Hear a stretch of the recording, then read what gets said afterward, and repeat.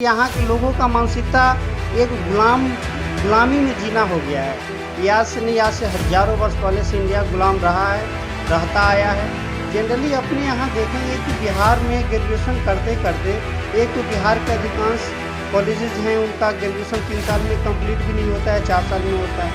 20 साल 21 साल में इस बच्चों को एक पैकेज मिल जा रहा है, उसका अपना एक पूंजी हो जा रहा है, एक डिसिप्लिन जीवन जीने का उसको वेल ट्रेनिंग मिल जा रहा है। इसमें गलत कहाँ है, उसको सिर्फ डीमोटिवेट किया जा रहा है। उसको सही से मोटिवेट किया जाए कि बच्चा तुम इसमें से अगर रिटायर्ड भी हो जाते हो तब भी तुम्हारा अपना सपना। तो सबसे यही अनुरोध है कि आप लोग अपने भविष्य को देखिए। जो लोग पकड़े जा रहे हैं, जिनका नाम आ रहा है, फिर वो तो हमेशा के लिए सभी सरकारी जॉब से एकदम वंचित हो गए, कभी कोई भी सरकारी जॉब में नहीं जा पाएंगे।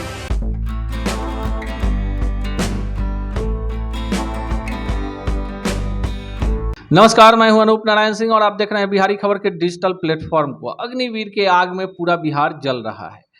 अब प्रशासन भी पूरी तरह मुस्तैद है। 19 जिलों में इंटरनेट सेवाएं बाधित कर दी गई हैं।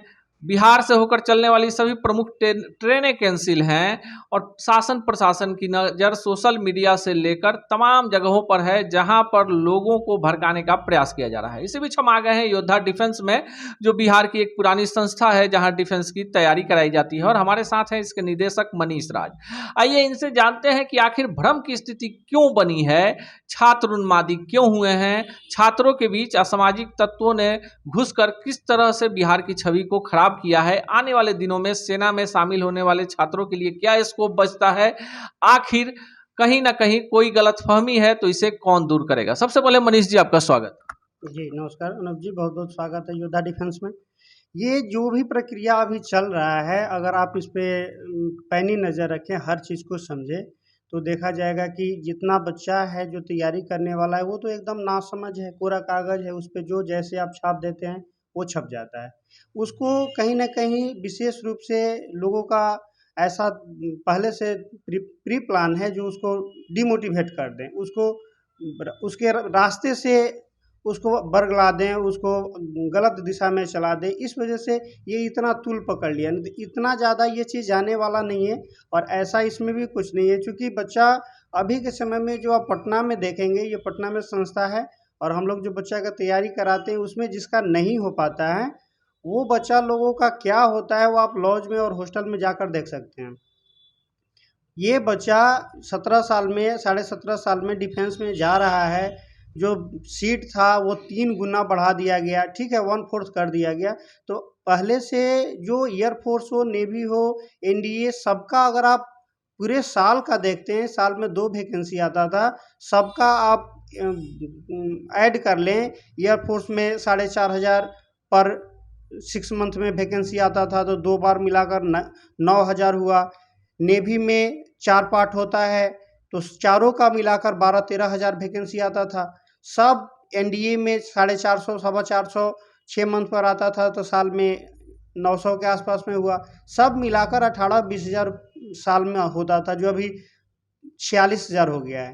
तो 2.5 गुना बढ़ाकर अगर 1/4 किया गया तो बहुत ज़्यादा अंतर नहीं है। दूसरा चीज़ क्या कि अपने यहाँ जो बच्चे 21 साल में फ्री हो जा रहे हैं, उसके बाद सारे स्टेट गवर्नमेंट के जितने भी वैकेंसीज होते हैं, वो पुलिस हो, दरोगा हो, या स्टेट कमीशन हो, या सेंट्रल कमीशन हो, एसएससी हो, रेलवे हो, बैंकिंग हो, सारे में उनका तो भविष्य अभी जैसे था वैसे बचा हुआ है। जनरली अपने यहाँ देखेंगे कि बिहार में ग्रेजुएशन करते करते एक तो बिहार के अधिकांश कॉलेजेस हैं उनका ग्रेजुएशन 3 साल में कंप्लीट भी नहीं होता है, 4 साल में होता है। 16-17 साल पे वो इंटर पास करते हैं, 4 साल में ग्रेजुएशन करते करते 20-21 ऐसे ही हो जाता है।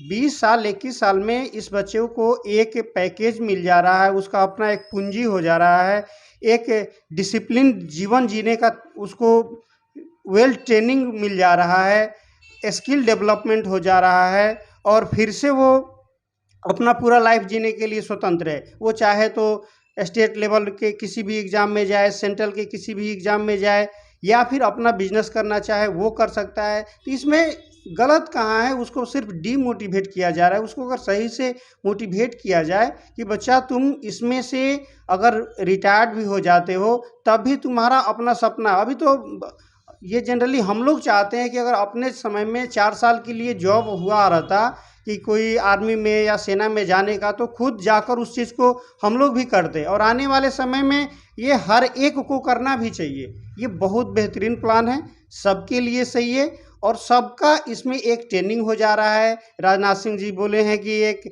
जो 4 साल ड्यूटी करेगा उस 4 साल में एक सर्टिफिकेट मिलेगा जो ग्रेजुएशन की इक्विवेलेंट होगा। तो समझिए जैसे बीटेक करने जाने पे पैसा लगा कर जाया जाता था, ये एक बीटेक कर रहा है, ये एक टेक्निकल डिग्री ले रहा है, अपना पैसा भी कमा रहा है, एक बचत भी हो रहा है, एक अपने को डिसिप्लिन में भी ला रहा है, देशभक्ति का हर एक चीज़ समझ रहा है, उसका स्किल बढ़ रहा है, हर तरह से ये सही है। इसमें कहीं कोई दिक्कत नहीं है, सिर्फ कुछ लोगों के बहकावे में आकर ये बच्चे गलत कर रहे हैं।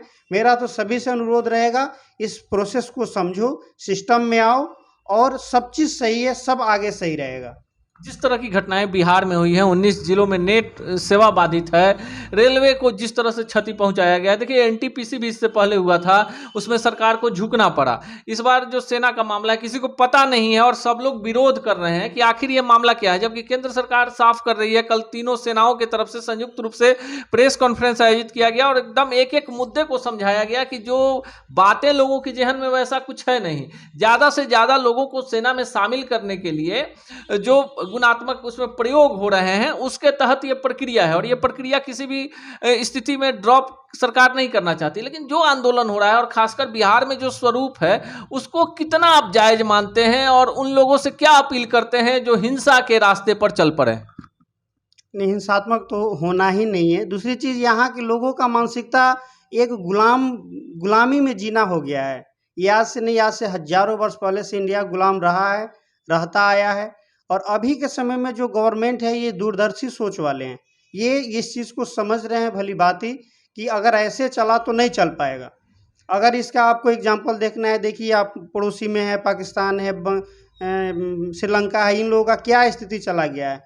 ये कोई पहली बार अपने यहाँ लागू नहीं हो रहा है, इससे पहले इजराइल किए हुए है, जापान में है, अमेरिका में बहुत सारे देश है जो शॉर्ट सर्विस रखे हुए हैं और वो लोग चाहते हैं कि अपने यहाँ के सभी लोग ट्रेंड हो। अपना तो युवा का देश है और चाइना पाकिस्तान कब क्या कर दे इसका भी कोई भरोसा नहीं है। लेकिन कुछ राजनीतिक दल हैं जो ये सब करा रहे हैं, जो कहीं से भी उचित नहीं है, हिंसात्मक तो होना ही नहीं है। आज जो भी लॉस है बिहार में 500 करोड़ से ज़्यादा का संपत्ति लॉस हो चुका है।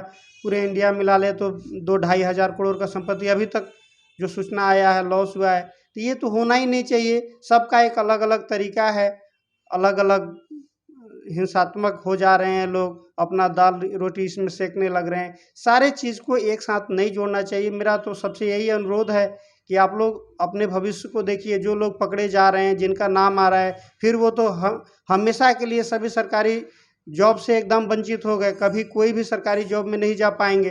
तो जो अपना रोटी सेध रहे हैं उनको सेधने दीजिए, वो जब पकड़े जाएंगे उनका वो कानून जो व्यवस्था करना होगा वो करेगा। लेकिन बच्चा इससे बचे, क्योंकि उसका भविष्य उज्जवल है और उसमें ताकत है, वो कुछ भी कर सकता है, कॉन्फिडेंस है। अपने कॉन्फिडेंस को सही रास्ते में लेकर बढ़े, अपना बिजनेस करे, जो जितना दिन जॉब है उसको करे। जरूरी नहीं है ना कि गवर्नमेंट आपको पूरे जीवन लाइफ टाइम बैठा कर खिलाएगा और वही करेगा। अभी कोरोना आया, कितना लोगों का कैसे कैसे बढ़िया लिमिटेड कंपनी लोगों से जॉब चला गया। कंपनी प्राइवेट का तो बात ही अलग है। ऐसा थोड़ी है कि सभी लोग हिंसात्मक हो गए हैं या फिर सभी लोग रोड पर उतर गए हैं। इसका ये कतई मतलब नहीं है। सिचुएशन के अकॉर्डिंग हर चीज़ बदलता है और जीवन का नाम ही संघर्ष है, संघर्ष ही जीवन है।